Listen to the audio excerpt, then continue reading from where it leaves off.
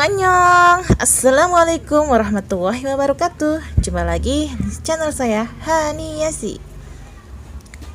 Terima kasih yang sudah mengikuti cerita ngopot saya di radio malam novel Orang Ketiga ini ya. Yang baru berkunjung ke channel saya, boleh dong subscribe dulu ya. Terima kasih. Kita sudah nyampe di bagian 31 ya. Oke, ini dari sudut pandang Adi. Anyelir bersikeras pulang untuk menghindariku lagi.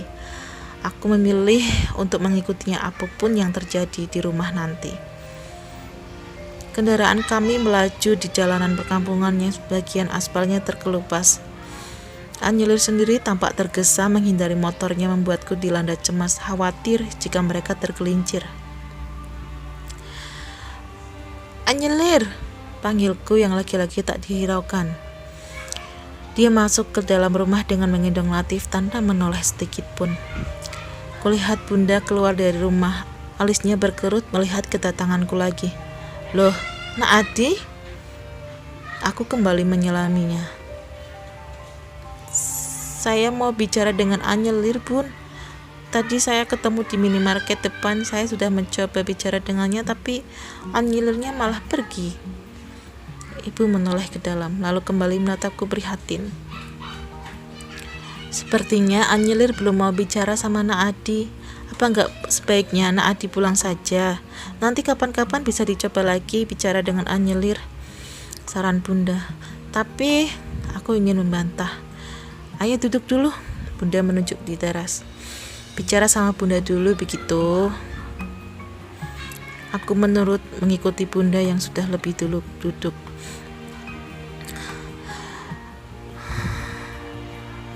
Bunda terlihat berpikir entah apa, tapi raut wajahnya tampak sendu. Aku merasa semakin bersalah pada keluarga ini. Gara-gara kelancanganku, keluarga ini mendapatkan malu. Maaf kalau bunda mencampuri urusan kalian. Bunda membuka suara. Sebenarnya bagaimana perasaan kamu pada Anyelir, Nak Adi?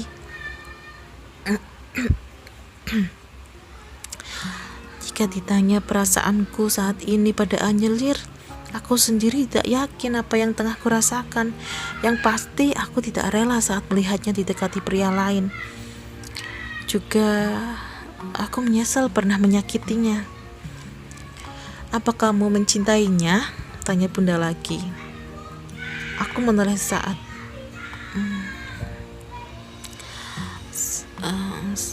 Saya sendiri juga belum yakin dengan perasaan saya, Bun. Jawabku berusaha untuk jujur. Tapi satu yang pasti, saya tidak rela Anyelir bersama pria lain. Bunda tersenyum. Kamu ingin kembali bersama dengan Anyelir? Aku mengangguk. Kalau begitu, beri Anyelir waktu menyembuhkan luka atas kegagalan pernikahannya dan menilai perasaannya sendiri. Saya mohon maaf karena kelancangan saya. Semuanya jadi begini, Bun. Tapi demi Tuhan, saya nggak bermaksud menggagalkan pernikahan Anyelir dan Ferdi. Yang saya lakukan saat itu semata-mata karena saya menyayanginya, jelasku. Dan seharusnya Anyelir tidak perlu memberitahukan kejadian waktu itu, sehingga pernikahannya bisa tetap berlangsung. Jadi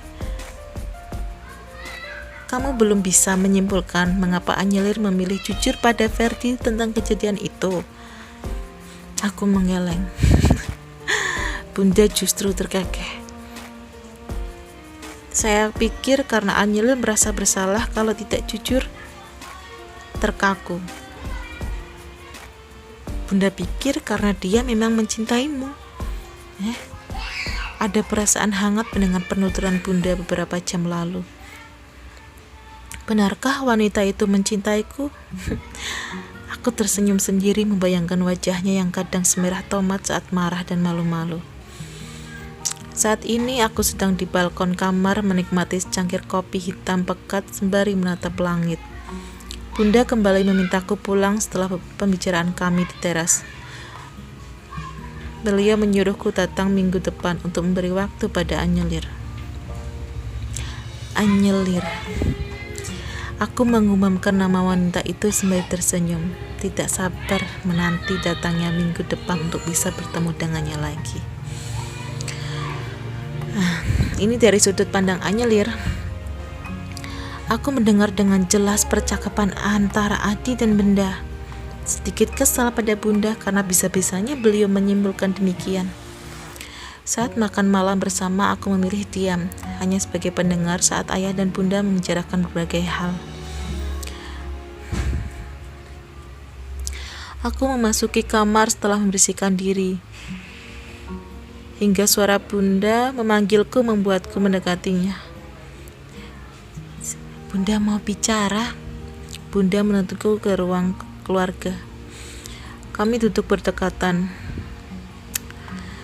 Anyelir marah ya sama Bunda? Tanyanya dengan suara tenang dan tetap tersenyum. Aku menggeleng pelan. Aku yang tidak marah, hanya sedikit kesal. Terus kenapa dari tadi diam saja? Ayah saja sampai heran loh. Bunda terus mendesak pelan agar aku mengaku. Bunda, kenapa bilang kalau aku sengaja menjeda kalimatku? Kalau apa? Kenapa Bunda harus bilang kalau aku mencintai Adi? Kataku menunduk. Malu rasanya membahas permasalahan ini dengan Bunda.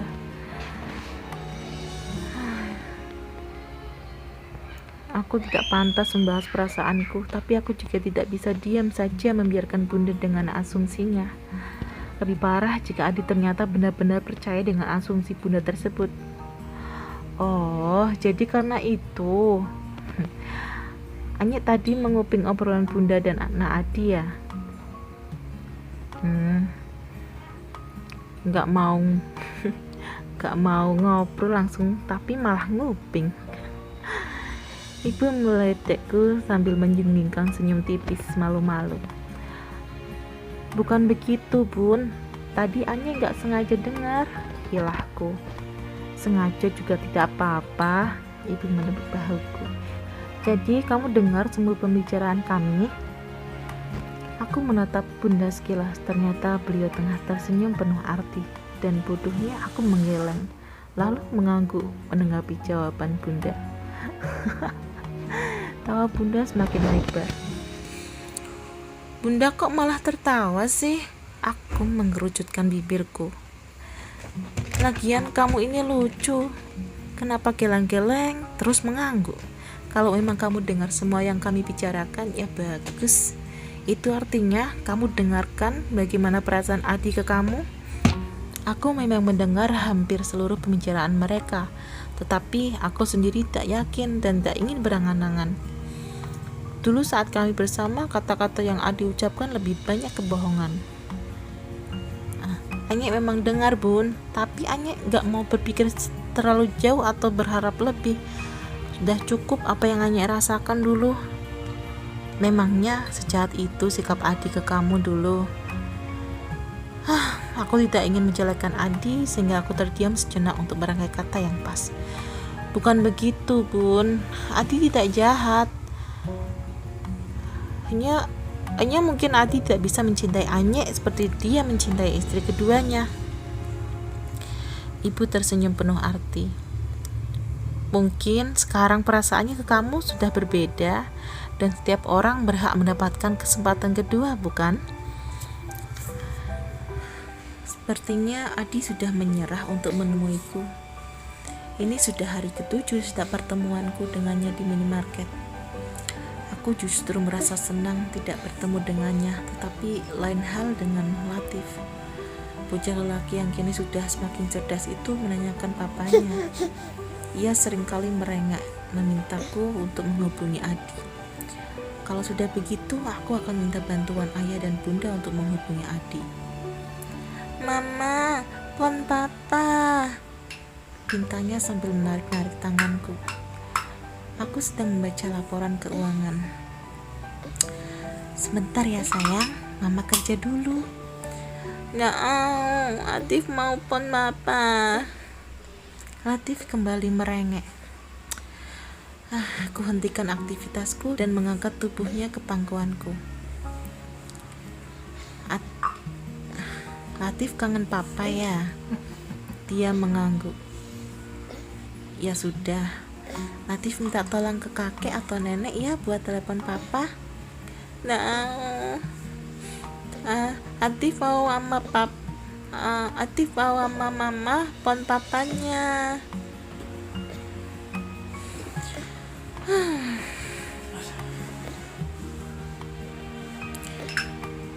Aku membuang napas keras, kepalanya melebihi Adi rupanya. Tapi sebentar saja ya, Latif mengangguk. Gak dijawab sama papa, mungkin papa lagi kerja, jelasku. Tidak biasanya memang tidak menjawab teleponku.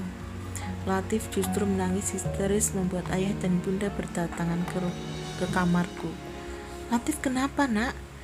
Bunda terlihat khawatir. Barusan telepon papanya tapi gak dijawab bun, mungkin Adi lagi sibuk. Main sama kakek saja yuk, kita lihat burung di sawah. Ayah berusaha menghiburnya. Yuk kita main ke sawah, nanti di sana kita petik mentimun. Kali ini bunda yang berusaha membujuk. Atau Latif mau main sama mama aja kita ke mall. Ada perasaan bersalah.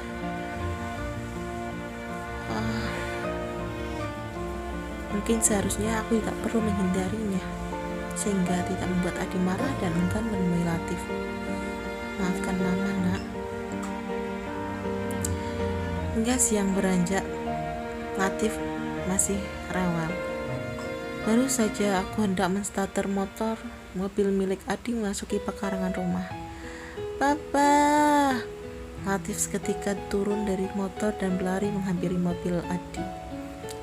Lega karena akhirnya Adi datang menemui Latif. Papa kangen banget sama Latif. Adi mengindong Latif. Latif kangen papa enggak? Pandanganku lantas beralih pada pintu belakang mobil yang kembali terbuka dan menampilkan seorang perempuan muda yang cantik tak kukenali. Siapa dia? Siapa dia? Perempuan muda. Rawat. Gadis muda yang datang bersama Adi, menurut pengakuannya adalah adik dari Melati. Ya, Melati mantan maduku. Kami semua duduk menikmati minuman dan cemilan buatan bunda. Jadi, Nak Kinan ini adiknya Neng Melati, Nak Adi? Tanya bunda tersenyum. Beliau memastikan pendengarannya, barangkali salah dengar. Adi meletakkan cangkir, lalu menjawabnya. Iya bun, Kinan sudah saya anggap seperti adik saya sendiri, makanya saya ingin mengenalkannya ke Latif. Kinan umur berapa sekarang? Tanya bunda. 18 tahun tante, jawabnya lugu. Berarti masih SMA ya? Masih muda sekali, tapi badan kamu sudah seperti wanita dewasa. Dan Masya Allah, kamu cantik sekali nak. Puji bunda yang membuat Kinan tersipu malu. Adi berdiam pelan. Lalu kami saling bertatapan sebelum kealihkan pandanganku pada Latif di pangkuannya. Anyelir, panggilnya dan aku menatapnya. Aku mau mengajak Latif jalan-jalan, apa kamu mengizinkan? Aku tatap sejenak, meminta pendapat bunda dan beliau mengangguk. Aku membuang napas pelan sebelum menjawab, tapi Adi berujar lebih dulu. Kamu bisa ikut kalau kamu mau. Setelah berpikir beberapa saat, akhirnya aku memutuskan untuk menemani Latif jalan-jalan bersama Adi dan Kinan. Semata-mata hanya takut jika Latif rewel kalau aku tidak ikut serta.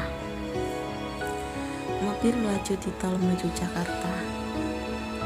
Sementara Adi dan Kinan terlihat sangat akrab, membicarakan banyak hal.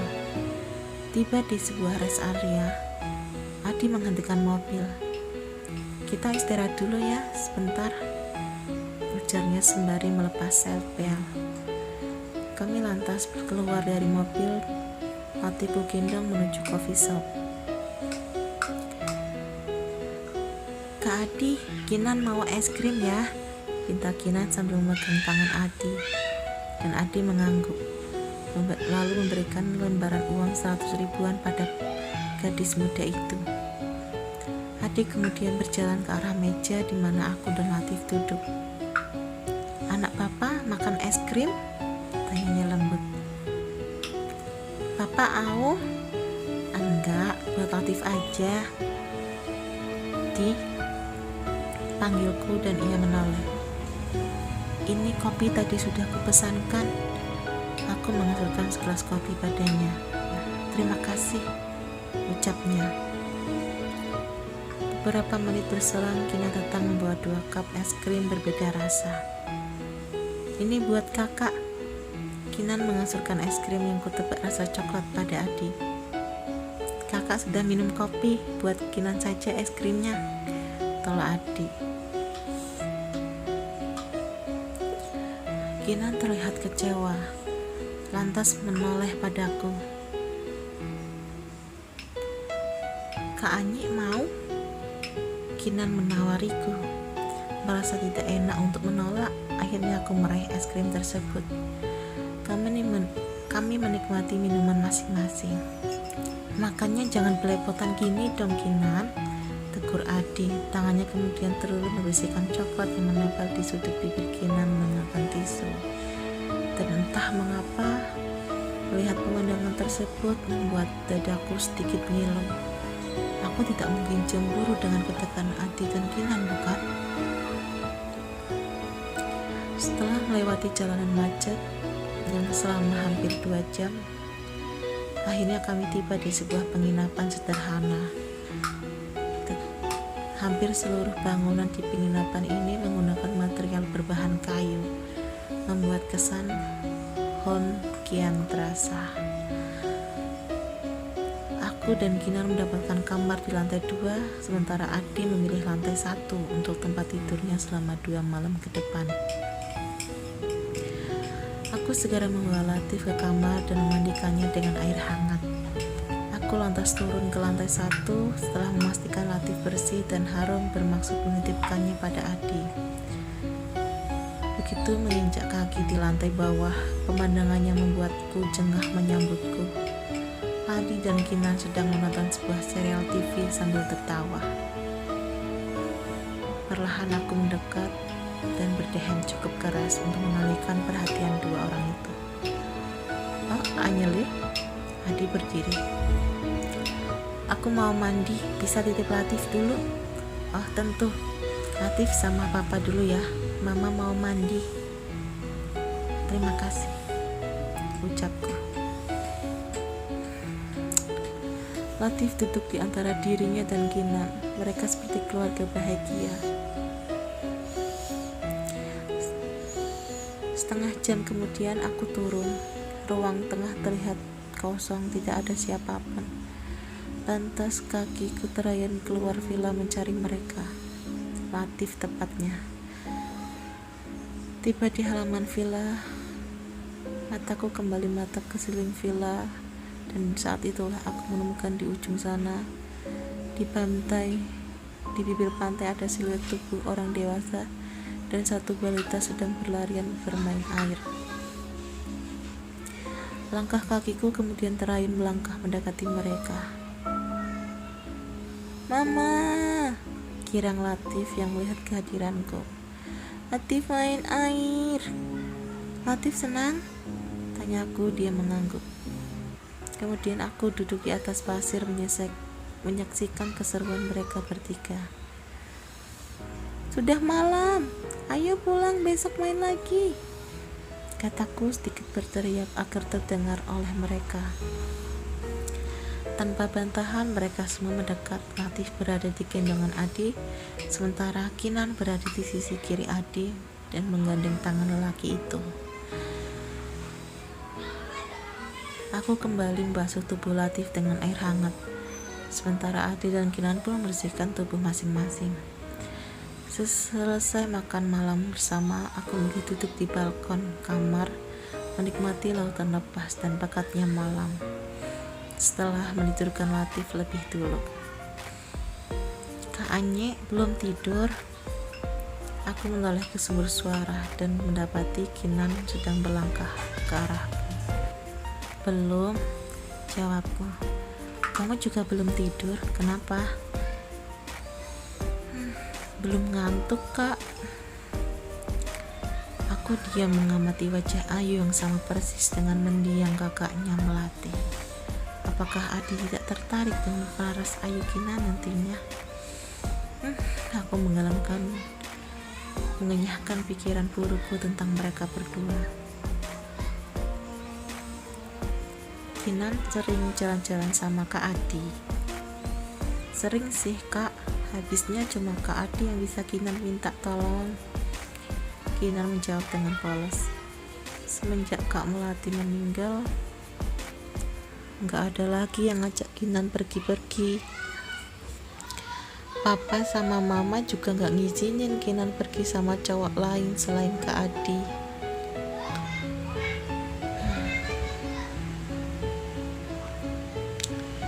Mungkin Kinan menganggap jika Adi adalah kakak iparnya, jadi tidak apa-apa mereka sering pergi bersama.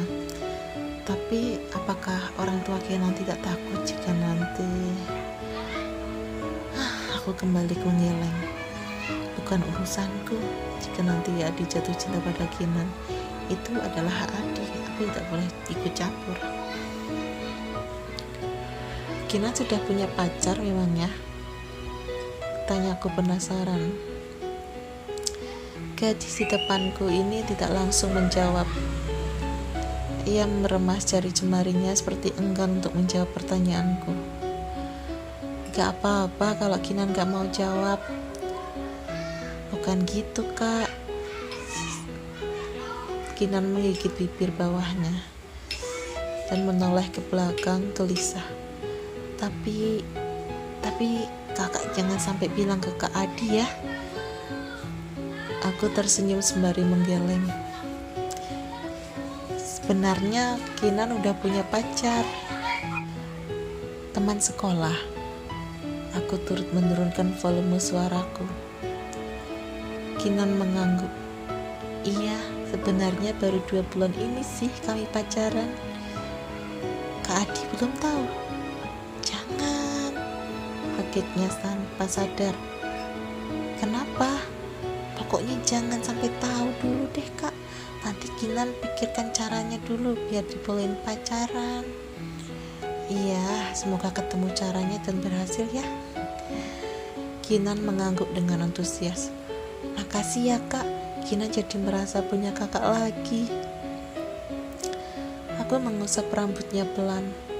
Sama-sama cantik. Kinan, dia gadis cantik yang lugu. Kak, Kinan terlihat ragu-ragu ingin menyampaikan sesuatu. Kenapa? Apa kakak gak ingin menikah lagi dengan Kak Adi? Aku menautkan alis mendengar pertanyaan sensitif itu dari gadis lugu seperti Kinan. Apa Adi pernah menceritakan hubunganku dengannya pada Kinan? Memangnya kenapa? Tapi jangan bilang-bilang ke Adi ya, Kak. Aku mengangguk. Kinan pernah memergoki Kak Adi lagi liatin foto Kak Anye di Latif. Mataku mengerjap tak percaya. Oh ya, kapan Kinan lihatnya? Belum sempat Kinan menjawab pertanyaanku, suara deheman dari sosok yang tengah kami bicarakan terdengar. Ngomongin aku ya? Tuduhnya. Enggak kok, Kak. Kinan menggelengkan kepalanya. Dia melirikku sekilas. Kalau gitu Kinan ke kamar dulu ya. Dia beralih kecil menuju kamarnya, menghindar rentetan pertanyaan dari Adi. Kita perlu bicara, Anyelir, ujarnya tegas tak ingin dibantah.